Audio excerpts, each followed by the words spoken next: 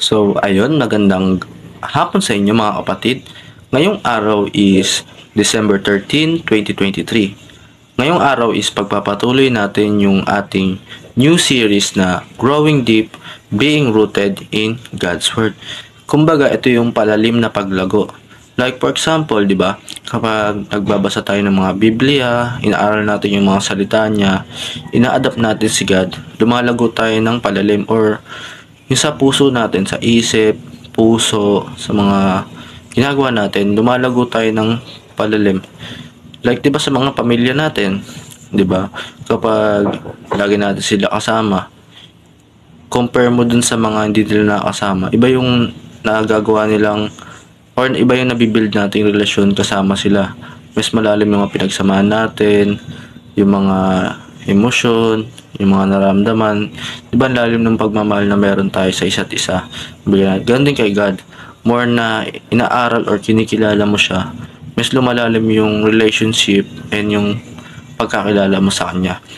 And so yun, dumako naman tayo sa ating Bible verse.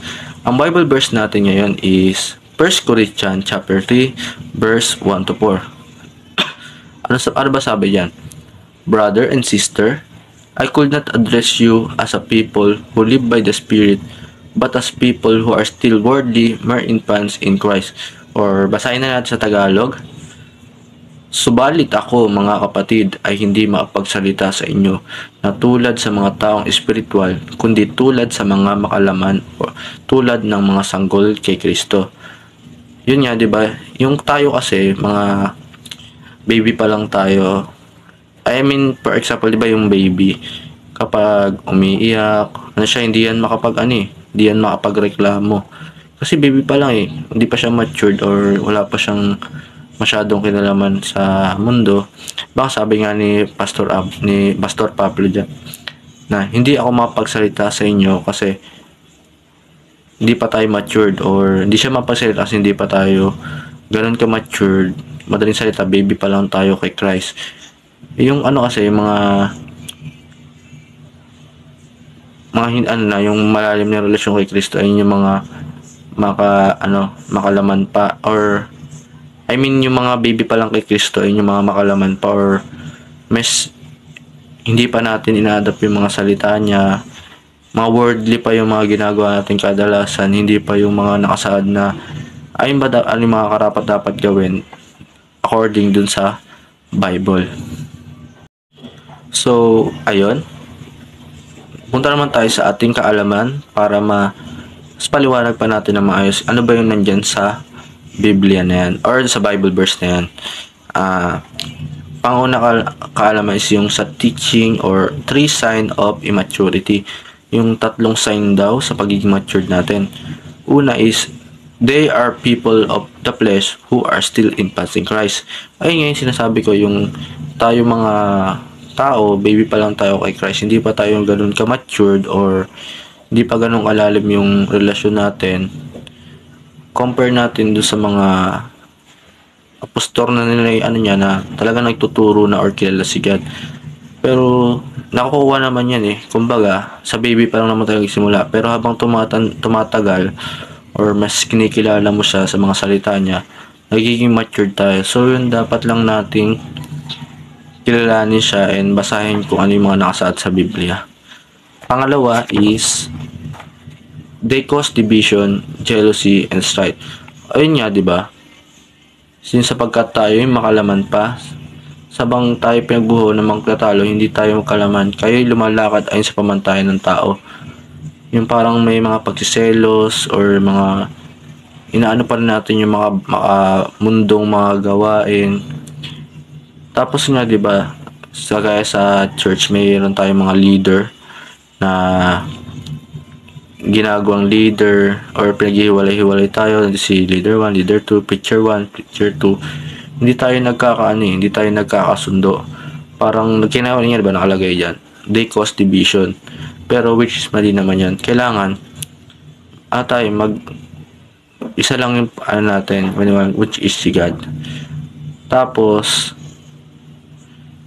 pangatlo naman is they focus on people such as human leader. Yun nga, di ba? Sabi ko, nagpo-focus tayo sa tao or sa mga bagay.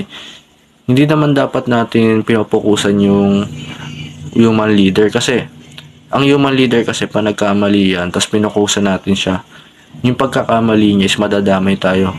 Kumbaga pipiliin na natin yung mga pagkakamali or mas titingnan natin yung tama. Pero ang dapat kasi niyan is ang tinitingnan lang natin leader is si Christ. Kasi Christ kahit hindi siya nagkakamali or ayun yung pagiging leader niya is yung ginaguide tayo para sa mga makabuting gawain. So, ayun, dumako naman tayo sa ating application. Ang application natin ngayon is 3 action towards becoming a mature Christian. So, una dyan sa ating tatlong action na para daw maging mature na Christian tayo is be spirit-led or yung kailangan maging spiritual led daw tayo or kailangan yung nagtatakbo sa mga puso natin or nag-guide natin is yung santong espiritu or yung mga galing sa heaven or sa langit. Kasi yun yung mga dapat talaga nagpapatakbo sa buhay natin. Pangalawa naman is promote unity. Yun, bilang isang Christian, hindi natin tinitignang hiwalay-hiwalay yung mga leader natin, lalo na kung tayo ay isang leader. Hindi natin titignan hiwalay-hiwalay yung mga tinuturuan natin. Kumbaga, as unity, di ba? Promote unity. Parang promote natin yung pagkakaisa natin or mag-iisa yung isipan natin, which is yung paglingkuran si Christ. Hindi yung makamundong paglilingkod. Alam naman natin sa makamundong punot-punuto ng pagkakamali, di ba? So, yun. Ang last one naman is focus on Christ. Ayun, focus on Christ. Naman talaga yung dapat natin gagawin. Yung parang si Jesus or si Panginoon si Kristo yung magiging pundasyon natin sa araw-araw or sa pamumuhay natin. Kasi si Panginoon si Jesus naman or si Kristo naman yung leader talaga natin. Ayun dapat tinutularan natin. And sa discussion naman, on the scale of 1 to 10, 10 being the highest. How mature are you in your spiritual work with God? So, ayun, yung gano daw, sa out of 10, ilan daw yung percent mo doon or yung nirate mo sarili mo na parang gano'n ka na ba kalapit kay God or yung relasyon mo sa Kanya. Tapos, yun, yung sa kasagutan naman dyan is comment below kung anong rate mo yun. And ngayon, dadako naman tayo sa ating prayer. Itong prayer na to is from kay Pastor Russell. Father, please help me to walk with Jesus. Help me to focus on Him. May my thoughts, word, and deeds be reflection of Jesus' teaching and character.